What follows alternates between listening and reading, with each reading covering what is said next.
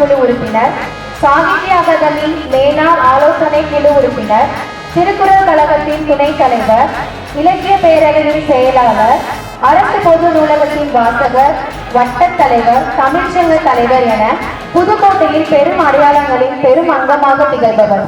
சிறந்த கவிஞர், சாதனையாளர், சமூக சேவகர், மக்கள் நல கவிஞர், மத்திய அரசின் நல்லாசிரியர், தமிழக அரசின் டாக்டர் ராதாகிருஷ்ணன், கவிஞர் சிற்பி, செல்வன், கார்த்தி, கவிகோ, தமிழ்ச்செம்மல் என விருது மலைகளில் நனைந்தவர் கவிஞர் தங்கமூர்த்தி அவர்களை அன்போடு மேடைக்கு அழைக்கிறோம். தமிழ் என்று சொன்னாலும் தமிழ் என்று சொன்னாலும் அன்னையே உன்னையே குறிப்பிடும். இமிழ் கடல் திரையிலும் குமிழ் விடும் நுரையிலும் இன்னோசை உன்னோசை. தமிழ் தமிழ் என் கையில் உமிழ்நரும் தேனாகும் தாய் தந்த பால் வாசம் பிறக்கும். அமிழ் கடல் கோளிலும் அமிழாத தமிழே நீ ஆழ்கவே வானுள்ள வரைக்கும், ஆழ்கவே வானுள்ள வரைக்கும். நிகழ்வினுடைய தலைவர் காமராஜர் பல்கலைக்கழகத்தினுடைய தமிழ் துறை தலைவர் முனைவர் ராமராஜ பாண்டியன் அவர்கள், எங்கள் புத்தக காதலர் பதிப்பக தந்தை ஐயா விஜயா பதிப்பக உரிமையாளர் ஐயா வேலாயுதம் அவர்கள், ஹார்வர்ட் நாட்கள் நூலினுடைய ஆசிரியர், மிகச்சிறந்த பெருமைகளை தன் வாழ்நாளில் பெற்றிருக்கிற அறிஞர் பெருந்தகை ஐயா செல்வம் அவர்கள், அருமையான ஒரு உரையினை மாணவர்கள் மனம் கவர இங்கு எடுத்து வைத்த நம்முடைய காவல்துறையினுடைய உயர் பொறுப்பில் இருந்து ஓய்வு பெற்றிருக்கிற மிகுந்த வணக்கத்திற்குரிய ஐயா முத்துச்சாமி அவர்கள், எதிர்காலத்தில் பல சாதனைகளை புரிய போகிற அமெரிக்காவினுடைய மிக உயர்ந்த ஹார்வர்ட் பல்கலைக்கழகத்தினுடைய விஞ்ஞானியாக இருக்கிற திரு பழனிசாமி அவர்கள், இந்த பள்ளியினுடைய சிஇஓ ஜாஸ் பள்ளியினுடைய சிஇஓ ஜெயந்த் அவர்கள், துருவம் அமைப்பிலிருந்து இதை மிகச் சிறப்பாக நடத்துகிற மேடம் பிரீத்தி அவர்கள், நண்பர் முரளி அவர்கள், துருவம் அமைப்பினுடைய நண்பர்கள், இங்கு வருகிறது ஒரு சென்னை சில்க்ஸினுடைய அதனுடைய இயக்குனர், புத்தகங்களை துணிமணிகளோடு இணைத்து அந்த வேட்கையை தமிழ் மண்ணிலே விதைத்திருக்கிற ஐயா சந்திரன் அவர்கள், எதிரிலே அமர்ந்திருக்கிற சான்றோர்கள், மாணவர்கள், ஆசிரியர் பெருமக்கள் அனைவருக்கும் என்னுடைய வணக்கத்தை அன்போடு தெரிவித்துக் கொள்கிறேன். இரண்டு நல்ல உரைகளை இதற்கு முன்னால் என்னால் கேட்க முடிந்தது.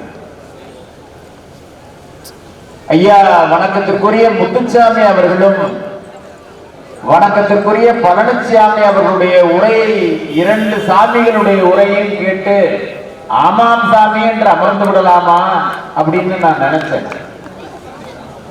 அவ்வளவு செய்திகளை அவர்கள் சொன்னார்கள். மாணவர்கள், நீங்க ரொம்ப நேரம் பார்த்துருக்கிறீங்க, பக்கத்துல இருக்கிற ஆசிரியர்கள் கொஞ்சம் அமைதியா இருக்கடா முடிஞ்சிருங்கிற மாதிரி உங்கள்கிட்ட வந்து சொல்றாங்க.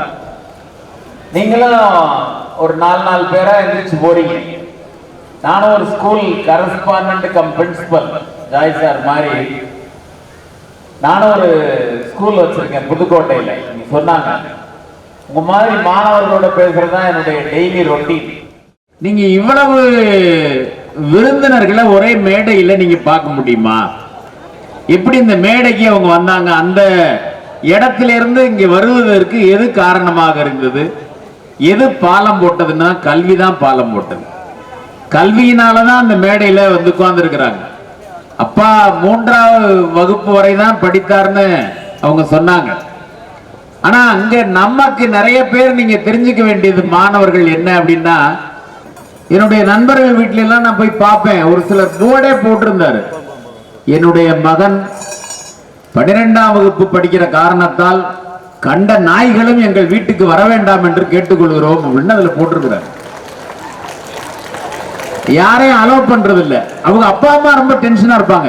பையன் +2, பையன் எக்ஸாம், ஹாஃப் இயர்லி வரப்போகுது, அடுத்து அனுவல் எக்ஸாம், பிராக்டிக்கல் இருக்கு, எப்படியாவது அவனை நல்லா நீ படிக்கணும்னு அவரு பாவம் பிபி எல்லாம் ஏறி அதே மாதிரி இருந்து இவங்க. இப்ப நான் என்ன பண்ணேன்னா, நேத்தைக்கெல்லாம் என்ன நடந்துச்சுன்னா, எங்க ஸ்கூல்ல வந்து இந்த +2 பேப்பர்ஸ் மட்டும் நான் பார்ப்பேன், 10th பப்ளிக் பேப்பர்ஸ் மட்டும் பார்ப்பேன்.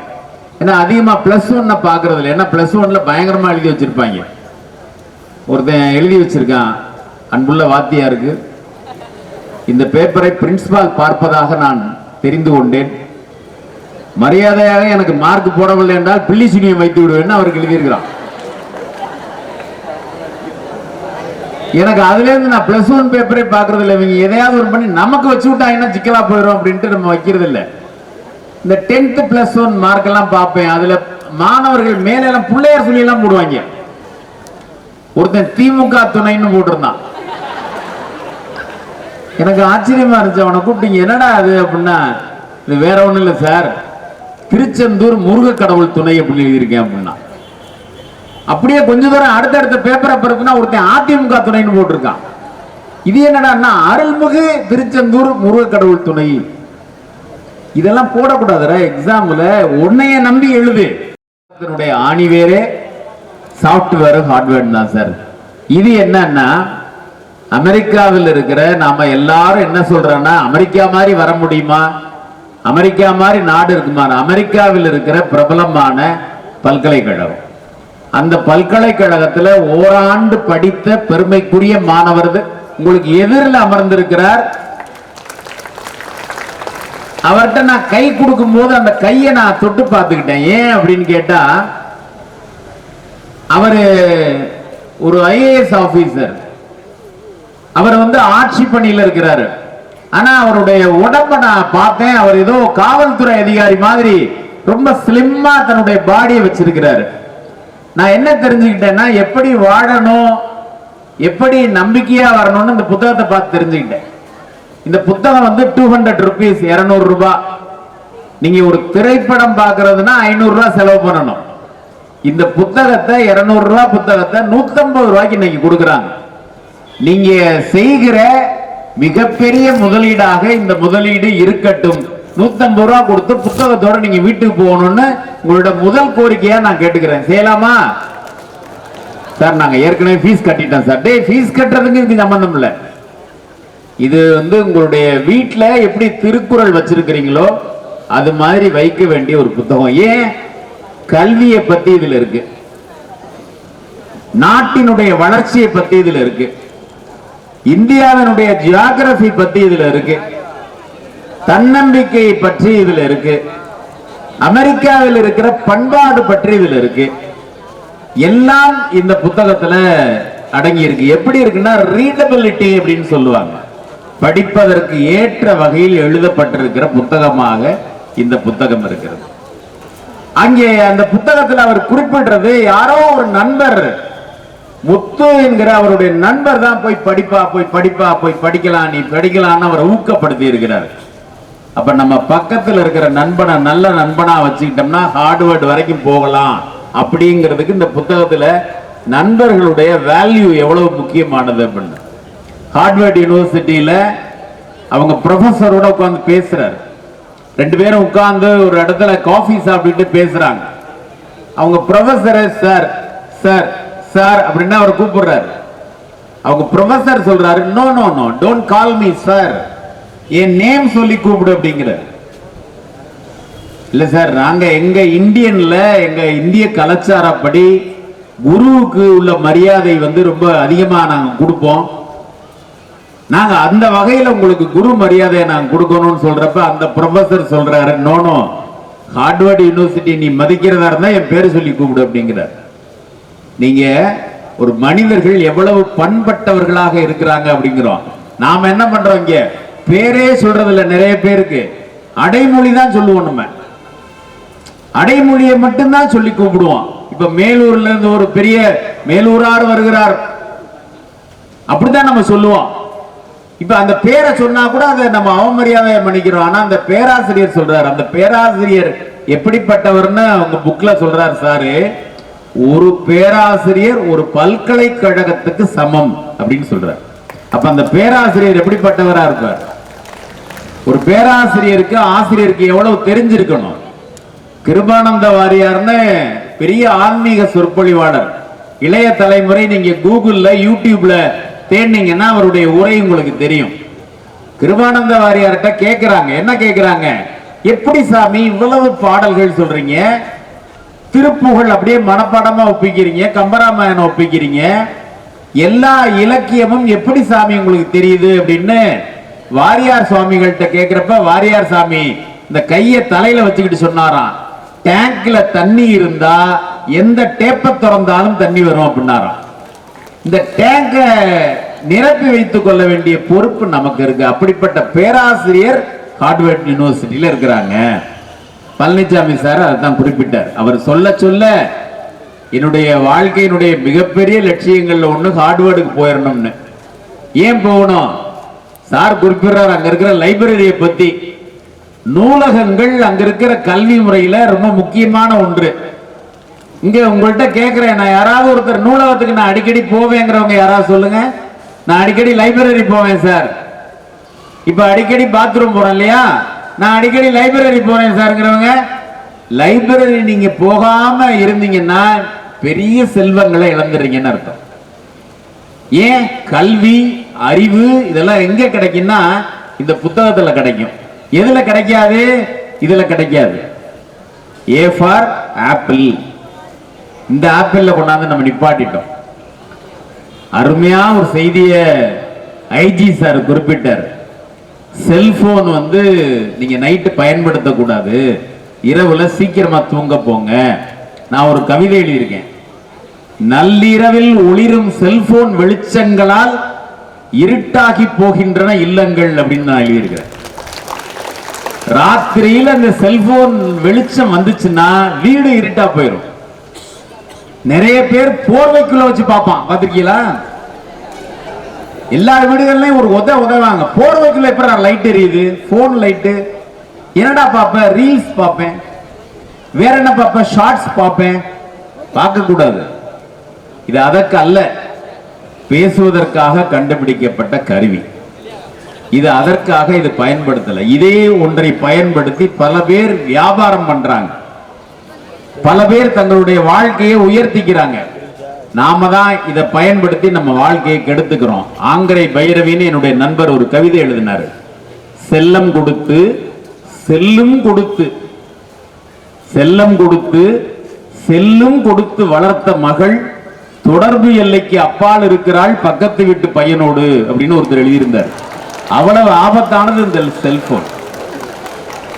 நீங்க ஒரு நண்பர் சொன்னாரு, ஏன் இது அவ்வளவு அடிக்ட் ஆயிருச்சு? நீங்க டிவி இருக்கு, வீட்டுல டிவி வந்துச்சு, அது நம்மளை கெடுக்குதுன்னு சொன்னோம். அது ஏன் கெடுக்குதுன்னா, நம்ம படுக்கைக்கு போறப்ப டிவியை தூக்கி கொண்டு போய் பக்கத்துல வச்சுக்கிறது இல்லை, வச்சுக்க முடியாது, அதை பிக்ஸ் பண்ணிடுவோம். அதே நேரத்தில் லேப்டாப் இருக்கா, அதை மூடி உள்ள வச்சிருவோம், பேக் உள்ள எடுக்க மாட்டோம்.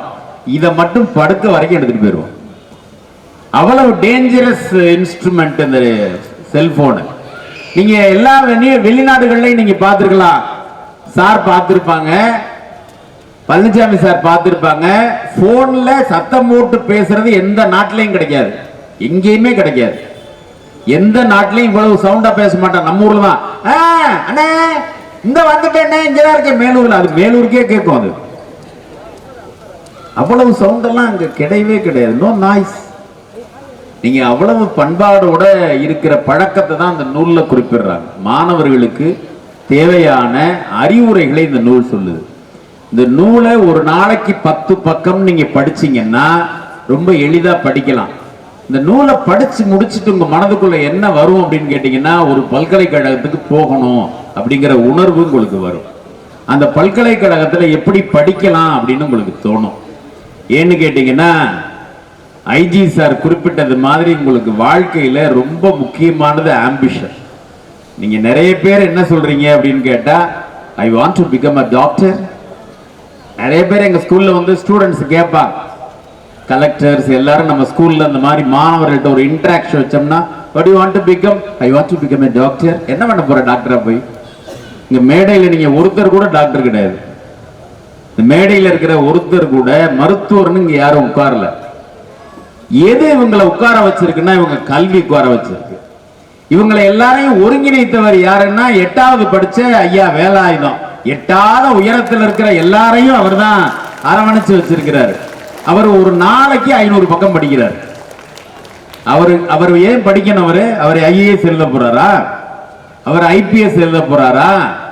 அவர் 4 மணிக்கு எந்திரிக்கிறாரு, 4 o'clock எந்திரிக்கிறாரு. சார் அருமையா சொன்னாங்க, 4 o'clock எந்திரிச்சிருங்க, சீக்கிரம் ஏர்லி டு பெட், சீக்கிரம் தூங்க போங்க, சீக்கிரம் எந்திரிச்சிருங்க. நான் ஒரு பள்ளிக்கூடத்தில் ஒரு வாசகம் எழுதி போட்டேன்.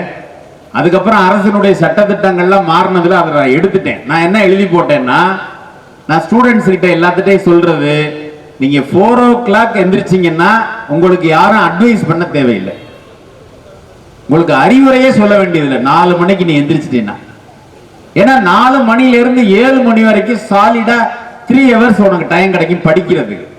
அங்க படிக்கிறதுல உங்களுக்கு என்னன்னு கேட்டா மனம் அவ்வளவு அமைதியா இருக்கு. 3 மணிக்கு எழுந்தால் முனிவன், நான் எழுதி போட்டிருந்தேன். 4 மணிக்கு எழுந்தால் அவன் ஞானி, 5 மணிக்கு எழுந்தால் அவன் அறிஞன், 6 மணிக்கு எழுந்தால் அவன் மனிதன், 7 மணிக்கு எழுந்தால் அவன் எரும மாடு எழுதி போட்டிருந்தேன். நீங்க 8 மணிக்கு எந்திரிக்கிறீங்களா? அது ஒண்ணும் பிரச்சனை இல்லை. அப்ப 4 மணிக்கு எழுந்து படிக்கணும். ஐயா 4 மணிக்கு எந்திரிச்சிடறாரு, 4:30க்கு வாக்கிங் போறாரு, 5 மணிக்கு படிக்கிறாரு. அப்ப மாணவர்கள்ட்ட எல்லாரும் சொல்ற ஸ்கூல்ல என்ன கெஞ்சுவாங்க? கொஞ்சம் ஏழியரா இருந்துச்சு பாடுறா. உங்க அம்மாக்கள் அப்பாக்கள் எங்கள்கிட்ட வந்து என்ன சொல்லுவாங்க? சார் எந்திரிக்க மாட்டேங்கிறான், சார் ஹோம்ஒர்க்கே படிக்க மாட்டேங்கிறான், சார் ஃப்ரெண்டுன்னு ஓடி போயிடுறான், சார் ஹோம்ஒர்க்னாலே அவனுக்கு வெறுப்பா வருது, சார் ஹோம்ஒர்க்னா அவனுக்கு வெறுப்பா வர்றது இல்ல, ஹோம்ஒர்க் கொடுக்கறவனை வெட்டி கொள்ளணும்னு நினைக்கிறான், போட்டு தள்ளிடணும் அப்படிங்கிறான். இதெல்லாம் எங்க வருது? இளம் வயதிலேயே மாணவர்கள்ட்ட வந்துருது. இதெல்லாம் நடந்தது, ஒரு பள்ளிக்கூடத்துல நடந்தது.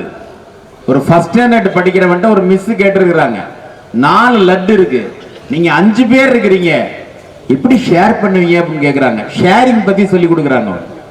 4 லட்டு, நீங்க 5 பேர் இருக்கிறீங்க, எப்படி ஷேர் பண்ணுவீங்க? மிஸ் என்ன எதிர்பார்த்து கொஸ்டின் பண்றாங்கன்னா, அந்த 4ஐயும் பூந்தியா உதிச்சு போட்டு 5 லட்டா அப்படி உருட்டி 5 பேர் எடுத்துக்கோன்னு ஸ்டூடெண்ட் சொல்லுவாங்கன்னு டீச்சர் எதிர்பார்க்கறாங்க.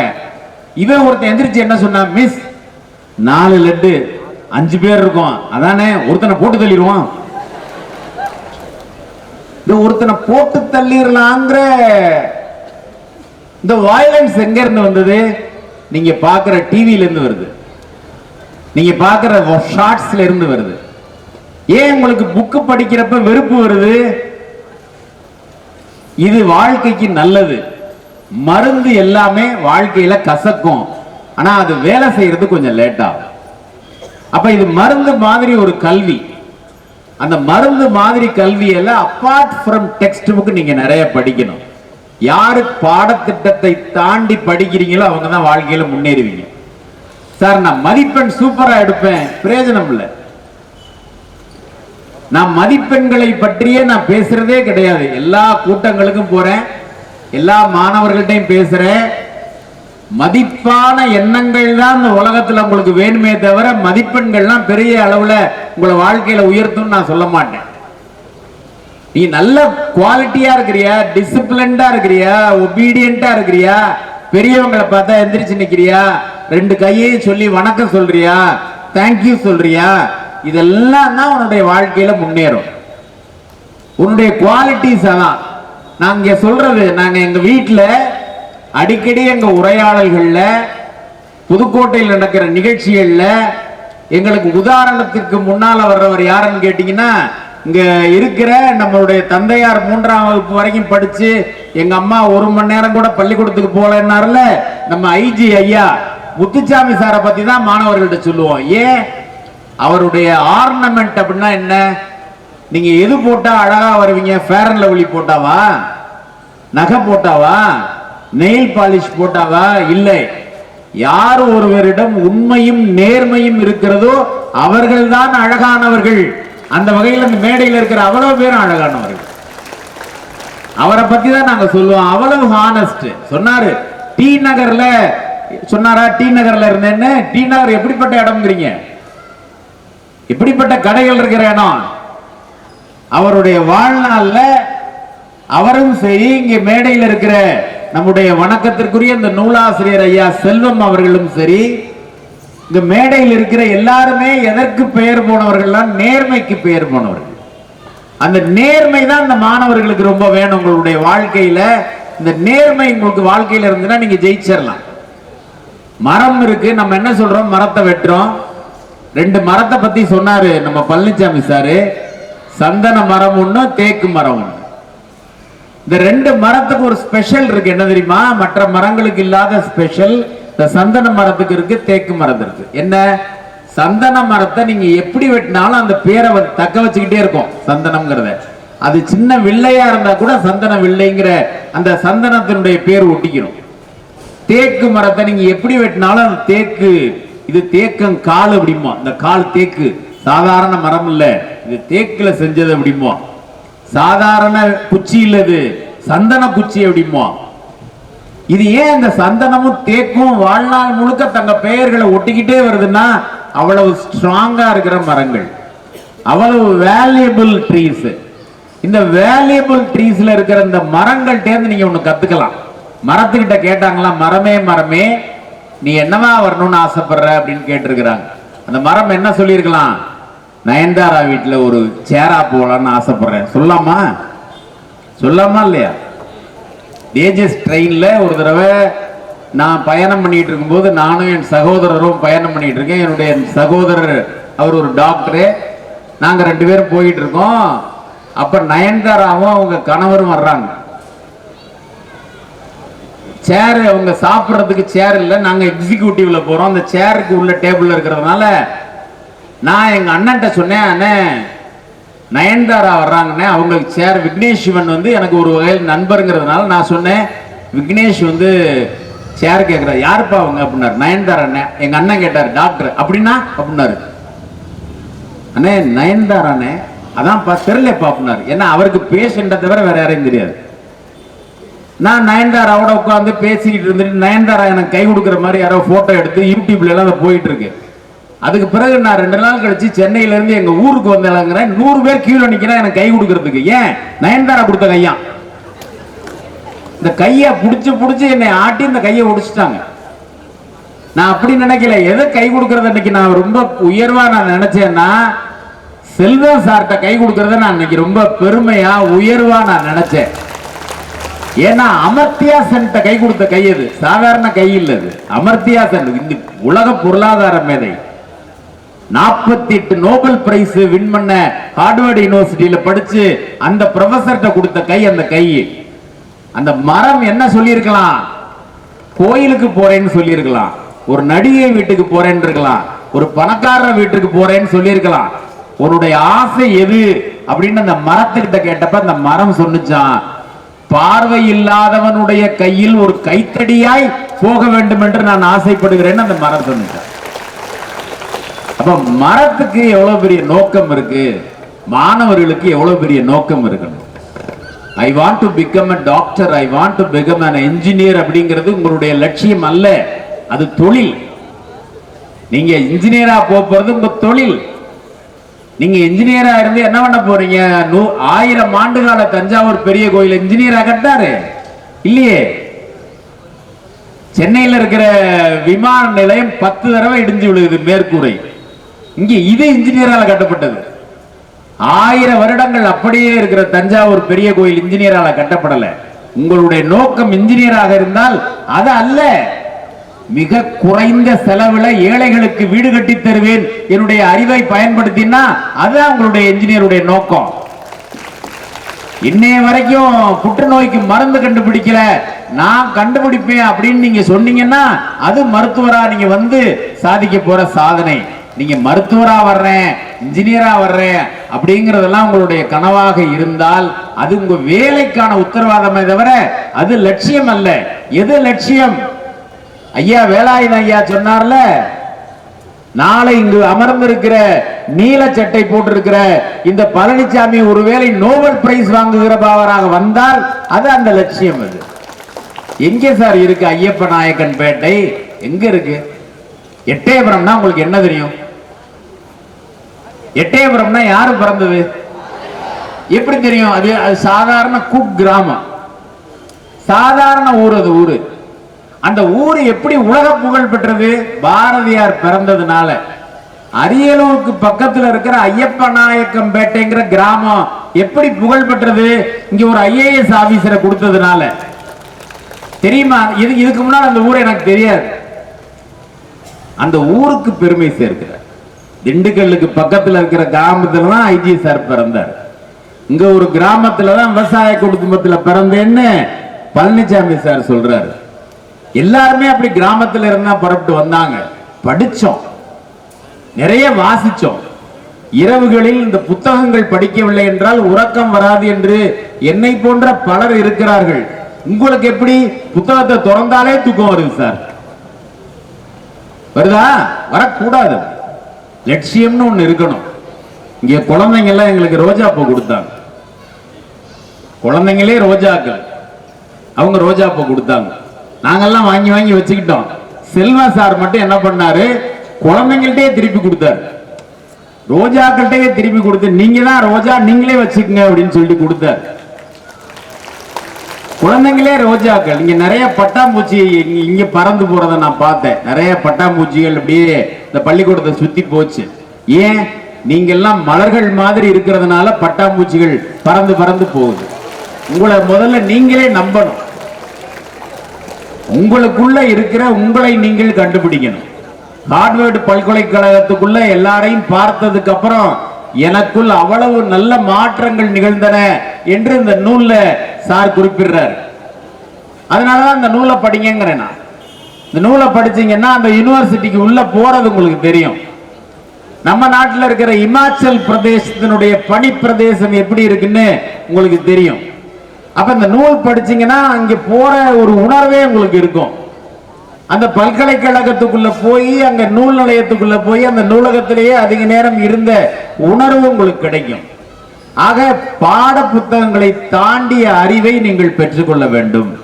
அப்ப அந்த லட்சியம் உங்களுக்கு வேண்டும். புத்தகங்கள் தான் லட்சியங்களை தரும். வைரமுத்து சொல்லுவார் இந்த ரோஜாவை பத்தி, ரோஜாக்கள் நடப்படாத வரை இந்த நிலம் என்பது வெறும் மண் மட்டும்தான். லட்சியம் என்ற ஒன்று ஊட்டப்படாத வரை மனிதன் என்பவன் வெறும் பிண்டம் தான் அப்படிம்பார். லட்சியத்தோட மாணவர்கள் நீங்க வளரணும். வீட்டில் இருக்கிற பெற்றோர்கள்ட்ட நல்லா பேசணும். நிறைய பெற்றோர்கள்ட்ட மாணவர்கள் பேசுறது இல்லை. நிறைய பெற்றோர்கள் பள்ளிக்கூடத்து வாசல்ல நிப்பாங்க. பையன் என்ன படிக்கிறான்? வீட்டுக்கார அம்மாவுக்கு போன் பண்ணுவாங்க, ஏண்டி நம்ம பையன் என்ன படிக்கிறான்? நான் கேட்பேன், உங்களுக்கு எத்தனை குடும்பம்? ஒரே குடும்பம் தான். எத்தனை பிள்ளைய? 2 பிள்ளைய. இந்த 2 பிள்ளைய படிக்கிறத ஞாபகம் வச்சுக்க முடியல. வேலை சார், வேலை, ஒரே டியூட்டி, ஒரே பிசி. அங்க போயிட்டான். குழந்தைகளிடம் பேசுவதை தவிர பெற்றோர்களுக்கு வேற என்ன வேலை? எந்த பெற்றோர் தன் பிள்ளைகளிடம் பேசுவதற்கு 1 மணி நேரத்தை செலவு செய்கிறார்களோ அந்த பிள்ளைகள் வாழ்நாள் முழுக்க தப்பு செய்ய மாட்டார்கள் என்பது என்னுடைய அனுபவம். அதே மாதிரி பெற்றோர்கள் பிள்ளைகள்கிட்ட பேசினேன் சார், என்ன படிக்கிறியா? படி.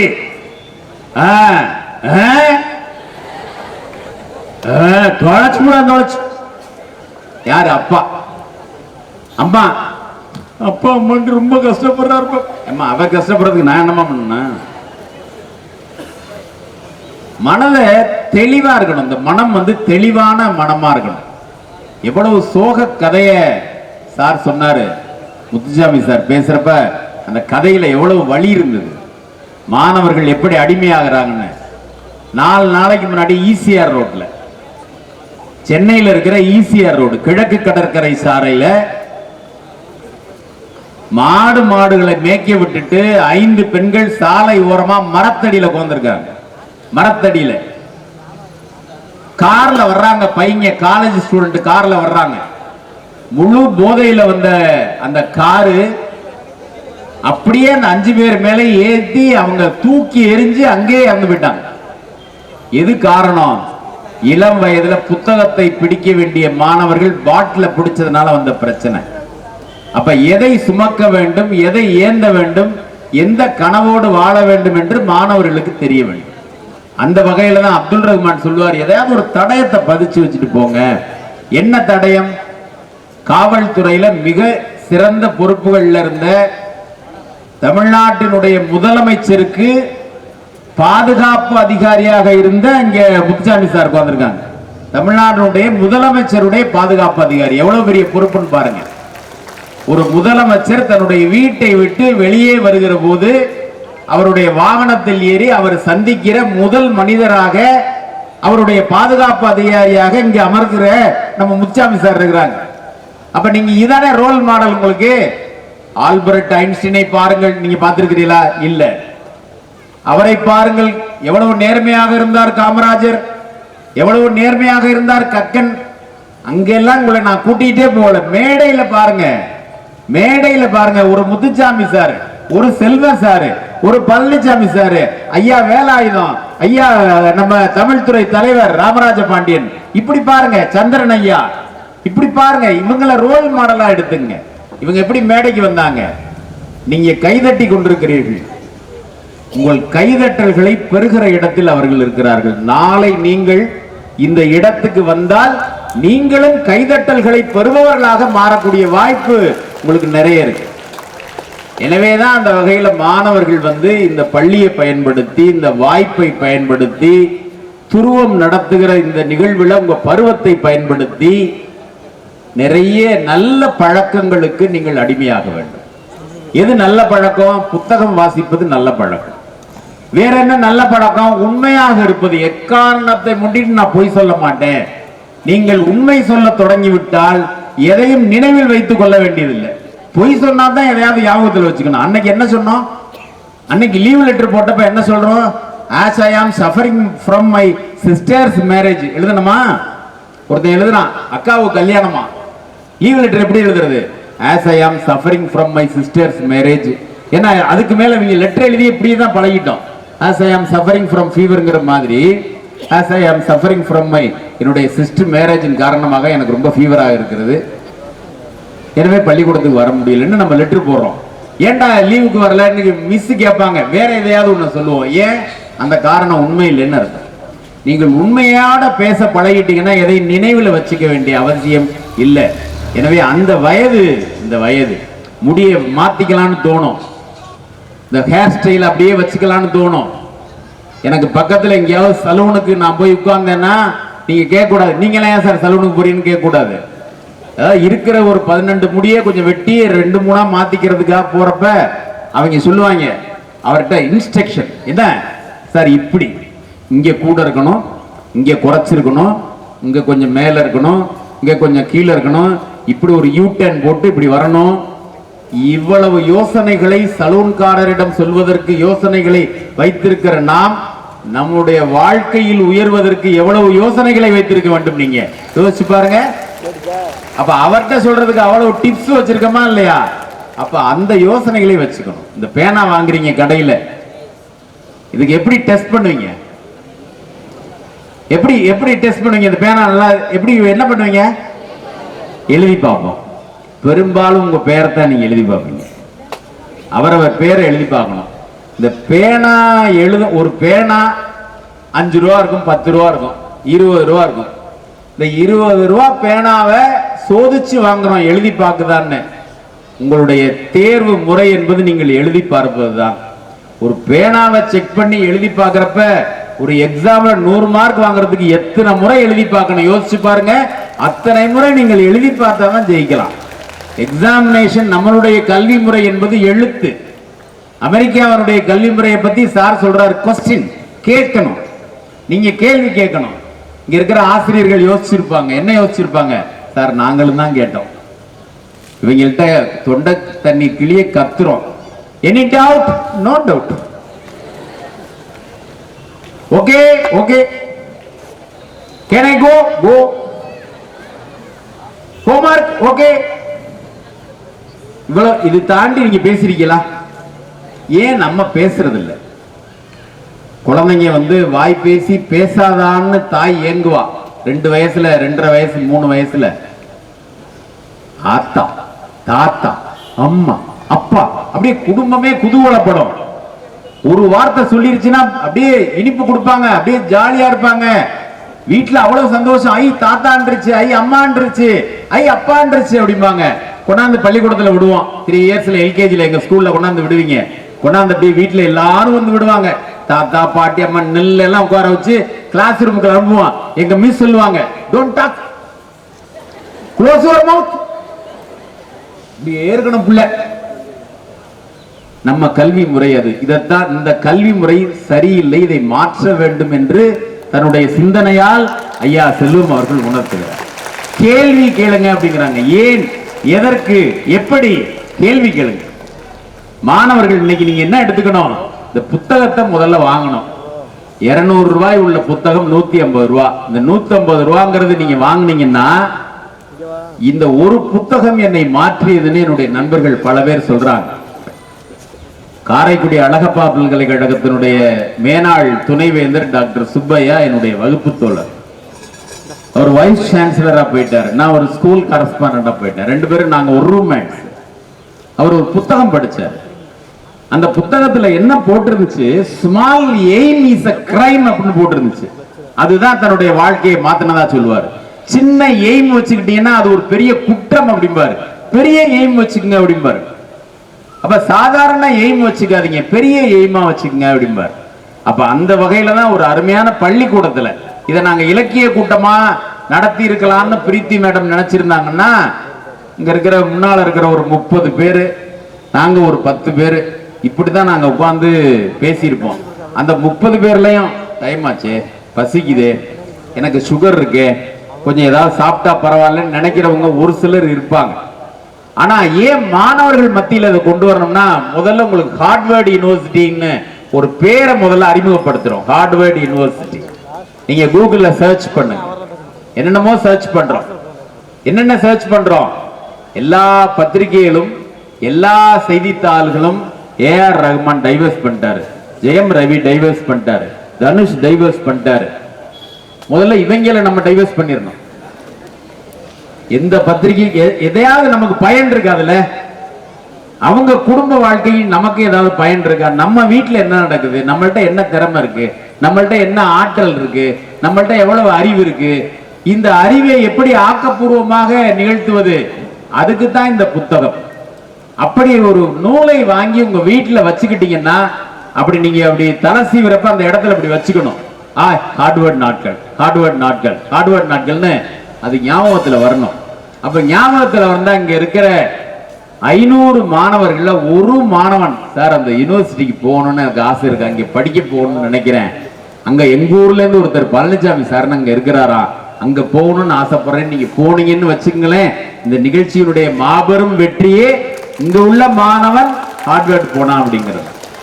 அந்த வகையில ஒரு அருமையான ஒரு நூல் வெளியீட்டு விழாவையும் மாணவர்களுக்கான ஒரு வெற்றிக்கான ஒரு வழிமுறைகளை ஊட்டுகிற நிகழ்வாகவும் அமைந்த இந்த நிகழ்வை துருவம் அமைப்பு மிக சிறப்பாக நடத்தி மிக அருமையானது ஒரு மனிதர்களை சந்திப்பதற்கான ஒரு அரிய வாய்ப்பை இது பெற்றிருக்கிறது.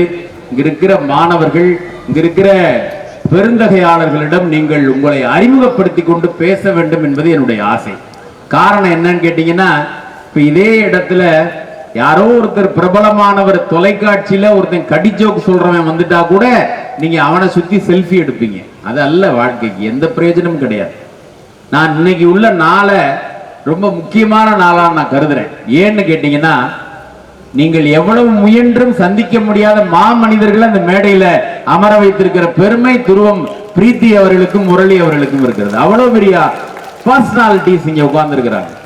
அவர்களை எல்லாம் நீங்கள் ரோல் மாடலாக்கி கொள்ள வேண்டும் என்று உங்களை கேட்டு, உன் கால் நகம் கீறிய கோடுகள் வழியே கங்கையும் காவிரி ஓடி வரும், உன் தோள்கள் 2 தெற்கு வடக்காய் துருவங்களுக்கு பாலமிடும், நீட்டி படுத்தால் உலக உருண்டையில் நீதான் பூமத்திய ரேகை, நீ போட்டு கொடுக்கும் நிகழ்ச்சி நிரல்தான் பூமி வலம் வரும் புதுப்பாதை, வெறுங்கை என்பது மூடத்தனம், விரல்கள் 10 மூலதனம், கருங்கல் பாறையும் நொறுங்கி விழும், உன் கைகளில் உலகம் சுழன்று வரும் என்றான் தாராபாரதி என்கிற கவிஞன். உங்களது கரங்களில் இந்த உலகம் சுழன்று வர வேண்டும் என்று உங்களை வாழ்த்தி பாராட்டி நிறைவு செய்கிறேன். வணக்கம். மிக நகைச்சுவையுடன் சுவாரஸ்யமாக வாழ்க்கைக்கு தேவைப்படும் உயரிய கருத்துக்களை அற்புதமாக சிறப்புரை அளித்த உயர் திரு தங்கமூர்த்தி அவர்களுக்கு நன்றி.